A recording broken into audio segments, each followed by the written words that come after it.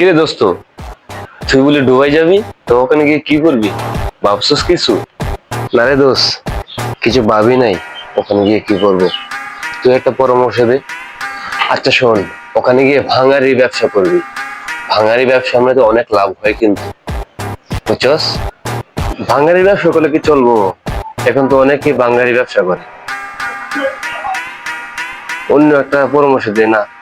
আচ্ছা আচ্ছা শোন, এই ওইটা যদি না পারোস তে ওখানে গিয়ে একটা গাবি পালবি। ওখানে কিন্তু ভালো ভালো গাবি পাওয়া যায়, বড় বড় গাবি।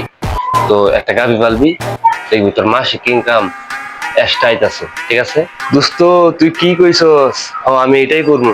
ওখানে গিয়ে একটা গাবি পালমু, দেখবি আমার মাসিক ইনকাম অনেক বাড়ছে। ঠিক আছে দোস্ত, হাতটা মিলা। আচ্ছা আচ্ছা আচ্ছা আচ্ছা, ঠিক আছে।